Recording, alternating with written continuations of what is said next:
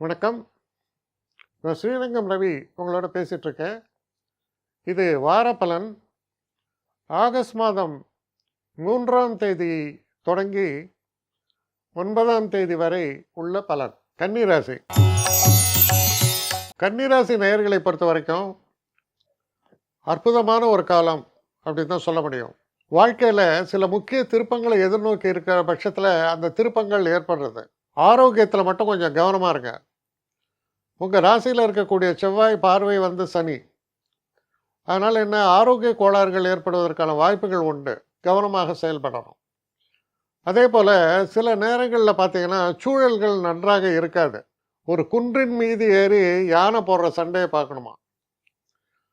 கீழே நின்று பார்த்தீங்கன்னா டேஞ்சர். அந்த 2 யானையும் முதல்ல உங்களை காலி பண்ணிடும். அதுபோல் சில டேஞ்சரஸ் சுச்சுவேஷனை அவாய்ட் பண்ணணும். ஏன்னா உங்கள் ராசியில் செவ்வாய் 7 சனி. திருமணம் போன்ற விஷயங்களில் உடனடியாக முடிவெடுக்காதீங்க. சற்று கூடுதல் கவனத்தோடு நிதானமாக முடிவெடுங்கள். அவசரப்பட்டு முடிவெடுக்காதீங்க. கணவன் மனைவிக்குள்ளே இருக்கிற உறவுகளில் சில பிரச்சனைகள்லாம் வரலாம். ஆனால் அதே நேரத்தில் நீங்கள் செய்யக்கூடிய தொழிலில் ரொம்ப சிறப்பாக செயல்படுவீங்க. நல்ல லாபத்தை ஈட்டக்கூடிய காலம். தொழிலில் செய்கிற வேலை எல்லாமே பர்ஃபெக்டாக இருக்கும். ஒரு ஒரு ஆர்டிஸ்டிக்காக இருக்கும். குறிப்பாக இந்த திரைப்படத்துறை இந்த மாதிரியான அதாவது ஒரு ஒரு க்ரியேட்டிவ் ஃபீல்ட் இருக்கிறவங்க, இந்த ஃபைன் ஆர்ட்ஸில் இருக்கிறவங்க, அப்புறம் ஸ்போர்ட்ஸ்மேன், இவங்கள்லாம் சிறப்பாக செயல்படலாம். நல்ல ஒரு காலமாகத்தான் இருக்கிறது. முக்கியமான ஒரு விஷயம் என்னென்னா, உங்கள் ராசிநாதனான புதன் 11ஆம் வீட்டில் இருக்கிறார். அப்போ செய்கிற தொழில் எதாக இருந்தாலும் அந்த தொழிலில் திறம்பட செயல்பட்டு நல்ல லாபத்தை ஈட்டக்கூடிய காலம். குறிப்பாக பிஸ்னஸ்மேனுக்கு புதுசாக தொழில் தொடங்கலாமா, இது ரொம்ப ஏற்ற தருணம். தாராளமாக அதுக்கான ஒரு முயற்சிகளில் இறங்குங்க. நீங்கள் செய்யக்கூடிய விஷயங்கள் ரொம்ப பாசிட்டிவாக இருக்கும். உங்கள் பிளானிங் கரெக்டாக இருக்கும். எக்ஸிக்யூஷன் நல்லா இருக்கும். அதனால் வெற்றி வாய்ப்புகள் என்பதும் மிக சிறப்பாக இருக்கக்கூடிய ஒரு காலம். மனசில் நல்ல தைரியம் இருக்கும். தன்னம்பிக்கை இருக்கும். ஒரு காம்படிட்டிவ் எட்ஜுமோ அதுவும் இருக்குது. அப்போது உங்கள் செயல்திறன் மிக சிறப்பாக இருக்கிறது. ஆனால் பர்சனல் லைஃப்பில் சில கான்ட்ரவர்சிஸ் வரலாம். கணவன் மனைவிக்குள்ளே அப்படிலாம் சில கான்ட்ரவர்சிஸ் வரலாம். அது உங்களுடைய அதாவது உங்களுடைய வெளிவட்டார பழக்க வழக்கங்களை சிதைத்து விடக்கூடாது. அதனால் கூடுதல் கவனத்தோடு செயல்படுங்கள். பர்சனல் லைஃப்பை பொறுத்த வரைக்கும் கொஞ்சம் பொறுமையாகவும் நிதானமாகவும் செயல்படுங்கள்.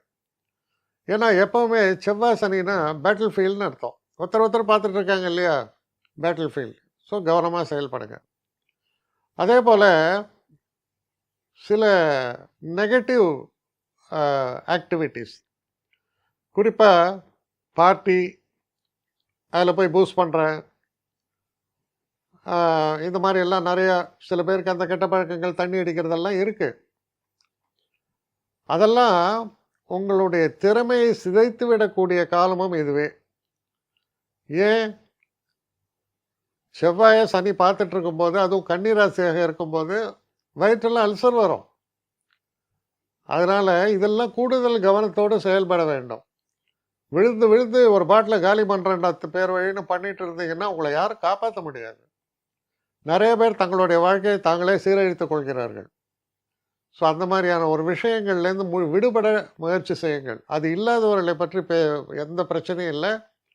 அவர்களுடைய வெற்றி வாய்ப்புகளும் சிறப்புகளும் தனிப்பட்ட முறையில் சிறந்து விளங்குகிறது. என்னை காண்டாக்ட் பண்ணணும்னு நிறைய பேர் நினைக்கிறீங்க. தயவு செஞ்சு என்னை காண்டாக்ட் பண்ணுறதுக்கு ஒரு மெயில் அனுப்புங்க.